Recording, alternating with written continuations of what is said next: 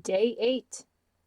We're taking an Inktober prompt list modified by Mad Art to be more maladaptive daydreaming inspired. And we are discussing the prompt while I doodle. Day 8, we have action. There's a lot of action in maladaptive daydreaming. In your worlds, of course, where characters might be fighting, you know. Let's give him anime hair.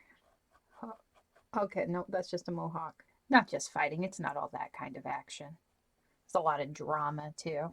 But even just the little actions can manifest themselves physically. Most maladaptive daydreamers move. There are a few who are like me, who are still, but it's more common to have some sort of action, generally in the form of a repetitive movement, like pacing or spinning or jumping or tossing a ball back and forth in your hands, shaking a string is one I've heard, rocking. Saw a picture on Reddit not too long ago of a guy who rocked in his bed, and after years of doing that, had actually cracked a floorboard. So, rocked in his bed so hard and so often, that was his repetitive movement, that the floorboard under the bed cracked, and there was a good sized little hole in the floor. Fists of fury. What some maladaptive daydreamers do is actually act the scenes out. This is a little less common, but it does happen. Just a full immersion where their body is doing the same thing, or nearly the same thing, in the real world as their character or their self character is doing in the daydream. I've actually seen this described as a key feature of MD, but it's not really.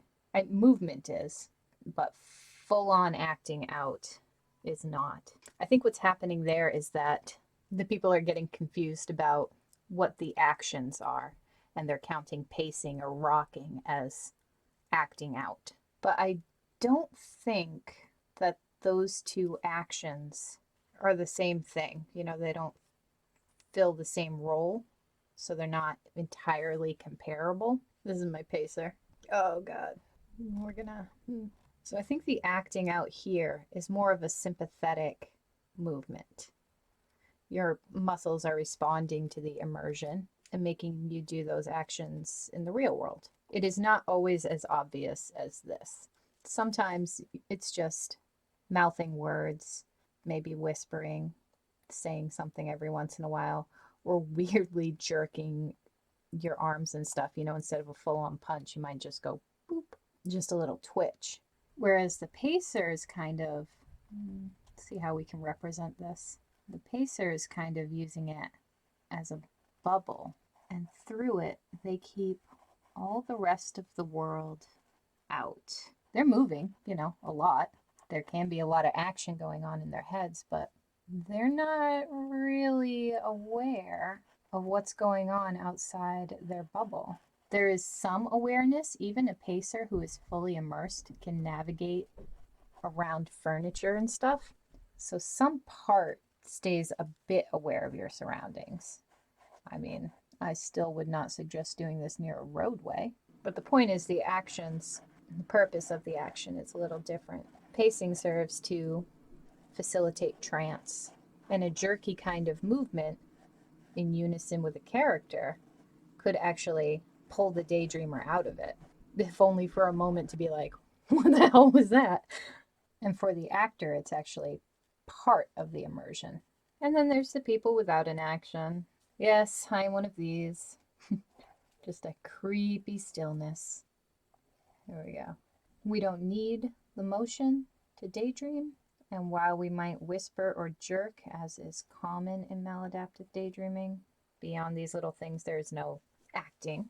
We still somehow go into that trance-like state of the pacer. We just don't need anything to aid in helping it. There's actually a statistic in one of the papers that 20% of maladaptive daydreamers don't move, 20-ish. 9% of maladaptive daydreamers, so I would assume a nice little portion of this 20%, actually did used to pace. They did used to act or move around or something.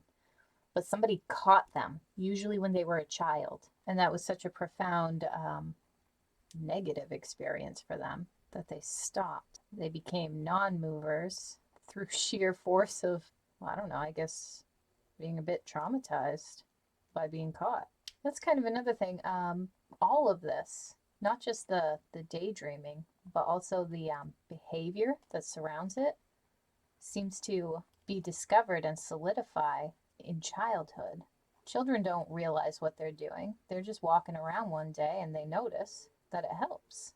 It makes it deeper, it makes it more vivid, and it makes it last longer. And of course, daydreaming for a child is completely normal, even if their parents were worried enough to have them go see somebody. Unless there was some other factor, they'd probably just be like, yeah, well, whatever, they're daydreaming, they're playing, they're imagining. It's what they should be doing, it's healthy. The maladaptive parts can come in later. But the method that you find back then in childhood stick, and it's many, many years of doing it before you find out why you're doing it. It can be really hard to tackle too. The urge to pace will trump any kind of discomfort that it gives you.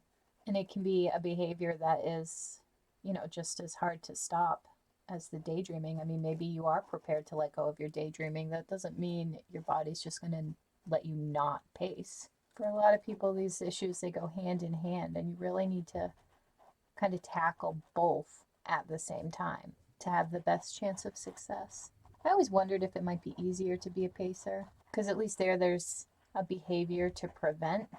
But I don't know. I don't think I'd want to deal with the physicality of it, to be honest. It just sounds kind of awful, to be honest. Stillness comes with its own sets of issues, but I don't know. I don't know which set of issues I'd prefer. I think I'd like to stick with my own. So yeah, action. We have repetitive movement, we have sympathetic movement, and we have no movement. It's not weird to be a maladaptive daydreamer who doesn't actually move about. Pretty sizable number of us do not. And that's it for the day.